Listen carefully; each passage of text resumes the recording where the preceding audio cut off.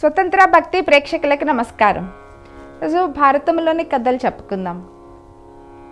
నారాయణం నమస్కృత్యం నరంచైవ నరోత్తమం దేవి సరస్వతి వ్యాసం తతో జయమధీరయేత్. ఇలా కాలం గడుపుతూ ఉంటే తక్షకుడు ఆయన కూడా ఎప్పటి నుంచో ఈ అవకాశం కోసం ఎదురు చూస్తున్నాడు. సో శృంగి ఇచ్చిన శాపం వల్ల ఆయనకి తన కోరిక తీర్చుకునేటువంటి సమయం ఆసన్నమైందన్నమాట. ఆయన కూడా పరీక్షితుని ఏ విధంగా సంహరించాలి, ఎలా చంపాలి, ఈయన మంచి కట్టుదిట్టమైన ఏర్పాట్లలో ఉన్నాడు, ఈయనని ఎలా చంపాలి అని ఆలోచిస్తూ ఆయన కూడా బయలుదేరాడు. మరొక పక్క బ్రహ్మదేవుడు ఎప్పటి నుంచో ఆయన ఆలోచిస్తూ ఉన్నాడు. విషసర్పాలు కాటు నుంచి ప్రజలను రక్షించేటువంటి వాళ్ళు ఎవరున్నారు, ఎవరు రక్షిస్తారా అని ఆలోచిస్తూ ఉండగా అదే సమయంలో కశ్యప మహర్షి బ్రహ్మ గురించి తపస్సు చేస్తున్నాడు. ఆయన తపస్సుకు మెచ్చి ప్రత్యక్షమై బ్రహ్మదేవుడు, నేను నీకు ఒక వరం ఇస్తున్నాను. ఈ సర్పాలు విష జంతువులు ఏదైనా కానీ మనుషుల్ని కాటివేస్తే వాళ్ళని రక్షించేటువంటి ఒక మంత్రాన్ని నీకు ఉపదేశిస్తున్నాను. అది ఎంత పెద్ద సర్పమైనా సరే, ఎంత కాలకూట విషంతో నిండిన సర్పమైనా ఎవరినైనా కాటు వేస్తే వాళ్ళని రక్షించేటువంటి మంత్రోపదేశం నీకు చేస్తున్నాను, నీవు దానితో ప్రజలని రక్షించు అని చెప్పి బ్రహ్మదేవుడు ఆయనకి మంత్రోపదేశం చేశాడు. ఈ కశ్యప మహర్షి కూడా విషయం తెలిసి పరీక్షిత్ మహారాజుకి ప్రమాదం ఉన్నది అన్న విషయం తెలిసి పరీక్షిత్ మహారాజుని రక్షించాలని బయలుదేరాడు. ఎందుకంటే ఒక వైద్యుడిగా తను అప్పటి వరకు ఊర్లో తన చిన్న గ్రామంలో తన వరం పొందిన దగ్గర నుంచి కొంతమందిని రక్షిస్తున్నాడు. కానీ ఆ విషయం అందరికీ తెలియదు, చాలా తక్కువ మందికి మాత్రమే తెలుసు. అదే ఒక మహారాజుని, ఇంత దేశాన్ని రక్షించేటువంటి మహారాజుని నేను రక్షించానంటే నాకు కూడా ఒక మంచి పేరు వస్తుంది, నా విద్వత్ అందరికీ తెలుస్తుంది, నా విద్య యొక్క ప్రభావం అందరికీ తెలుస్తుంది, నాకు ఒక మంచి పేరు వస్తుంది, కీర్తి గడిస్తాను, దానితో పాటు మహారాజు మంచి కానుకలు కూడా ఇస్తారు కదా, అన్ని విధాలుగా నాకు ఉపయోగం కదా, నేను మహారాజుని రక్షిస్తానని తను కూడా బయలుదేరాడు. ఒక పక్క తక్షకుడు సంహరించాలని వస్తున్నాడు, మరొక పక్క కశ్యప మహర్షి ఇతన్ని రక్షించాలని వస్తున్నాడు. ఇద్దరు వస్తా దారిలో ఇద్దరు కలుసుకున్నారు, ఒకరినొకరు పరిచయం చేసుకున్నారు. తక్షకుడు వృద్ధ బ్రాహ్మణుడి వేషంలో వస్తూ ఉన్నాడు. అలా వస్తా కశ్యప మహర్షిని ఎక్కడికి వెళ్తున్నావు అని అడిగితే, పరీక్షిత్ మహారాజుకి తక్షకుడు అనే సర్పం వల్ల ప్రమాదం ఉంది, ఆ మహారాజుని రక్షించడం కోసం బయలుదేరాను, ఆయన రక్షిస్తే నేను మంచిగా కీర్తి గడిస్తాను, నా ప్రతిష్ట పెరుగుతుంది, ఇవన్నీ చెప్పాడు. ఆ మాట విని తక్షకుడు నవ్వుకుంటా, నేనెవరినో తెలుసా, నువ్వు ఎవరినైతే రక్షించాలని వెళ్తున్నావో అతన్ని చంపేటువంటి వాడిని నేనే, తక్షకుడిని నేనే అని చెప్పి, నీవు పిడుగుపారిన పడినటువంటి మనిషినైనా రక్షించవచ్చేమో కానీ నా కాటుకు గురైనటువంటి వ్యక్తిని మాత్రం రక్షించటం అసంభవం, అది జరిగే పని కాదు, నువ్వు ఇక్కడి నుంచి వెనుతిరిగి వెళ్ళిపో అన్నాడు. అయినా కూడా కశ్యపుడు వెళ్ళడు, ఎందుకంటే బ్రహ్మదేవుడు ఆయనకి ఇచ్చిన వరం ఉంది కదా. ఈయన వెళ్ళకుండా ముందుకే వెళ్తుంటే, ఏంటి నీకు నా మాట మీద నమ్మకం లేదా, నమ్మట్లేదా, చూడు నీకు ఇప్పుడే చూపిస్తాను అని ఒక పెద్ద వటవృక్షాన్ని తన కాటు వేస్తాడు. ఆ వటవృక్షాన్ని ఆ క్షణమే ఆ వటవృక్షం మొత్తం భస్మమైపోతుంది అన్నమాట. ఎంతో చక్కగా చిగురు ఆ కొమ్మలతో, ఆకులతో, చిగురాకులతో విస్తరించి ఉన్నటువంటి వృక్షం ఈయన కాటికి అదే క్షణంలో భస్మీపటలం అయిపోతుంది.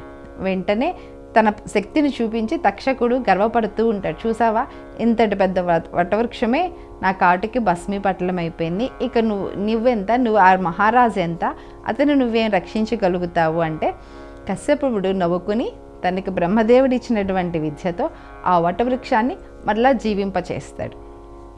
మొత్తం అంతకు పూర్వం ఎలా ఉండేదో ఆ వటవృక్షం యథాతథంగా అలాగే వచ్చింది. ఇది చూసి తక్షకుడు ఆశ్చర్యపోతాడు, నీవు మహారాజుని రక్షిస్తే నీకేమొస్తుంది, నీకు ఆయన ఎంత డబ్బు అయితే ఇస్తాడో దానికి 3 ఎక్కువ డబ్బు నేను నీకు ఇస్తాను, నువ్వు ఆయనని రక్షించదలుచుకున్నా అది జరిగే పని కాదు, ఎందుకంటే ఆ ఋషి ఇచ్చిన శాపం ఉంది కదా, ఆ శాపం ఫలించాలి కదా, ఆ శాపం అది తీరకపోతే ఆ ఋషికి అవమానం కదా అని కొంత కన్విన్స్ చేస్తాడు. దానితో పాటు ఆశ చూపించాడు, నీకు మహారాజు ఇచ్చేదానికన్నా 3 ఎక్కువ డబ్బులు ఇస్తాను అని. ఆ డబ్బుకు ఆశపడి కశ్యప మహర్షి అక్కడి నుంచి తిరిగి వెళ్ళిపోతాడు. పరీక్షిత్తుని రక్షించాలనేటువంటి ఆలోచనను మానుకుని, సో రాజు కన్నా ఎక్కువ ధనం ఇస్తున్నాడు కదా అని ఆ ధనానికి ఆశపడి వెనకకి తిరిగి వెళ్ళిపోతాడు.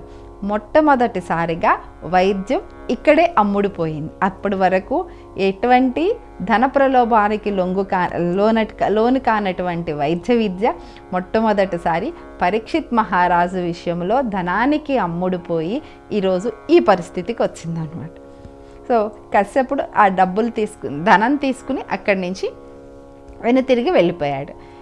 ఈ విషయం అంతా ఎలా తెలిసింది? అదంతా అడవిలో తక్షకుడు కశ్యపుడికి మధ్య కదా జరిగింది. ఈ విషయం అంతా ఎలా తెలిసిందని అందరికీ సందేహం కలుగుతుంది కదా.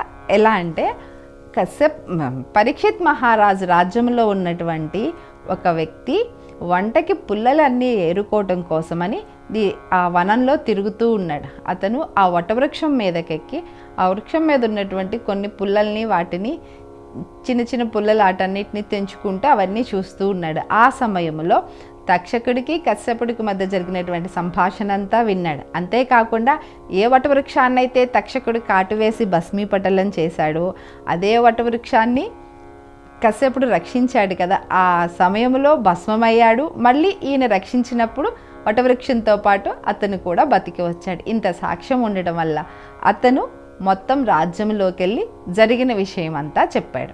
ఆయన చెప్పడం వల్ల అందరికీ కశ్యప్ మహర్షి చేసినటువంటి పొరపాటు తెలిసింది.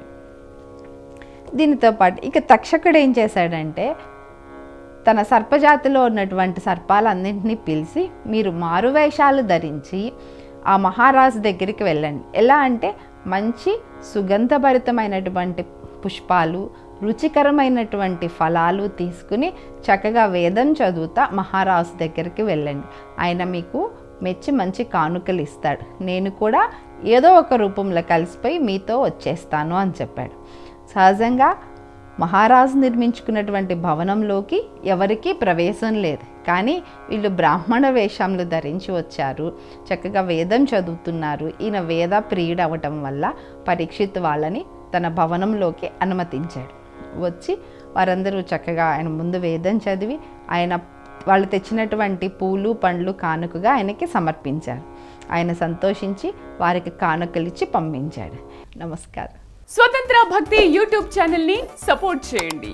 మీకు ఈ వీడియో నచ్చితే లైక్ చేయండి, మీ స్నేహితులకు శ్రేయోభిలాషులకు షేర్ చేయండి, మీ అభిప్రాయాలను కామెంట్ చేయండి, సబ్స్క్రైబ్ చేయడం మాత్రం మర్చిపోకండి. స్వతంత్ర భక్తి YouTube channel, please like, share and subscribe.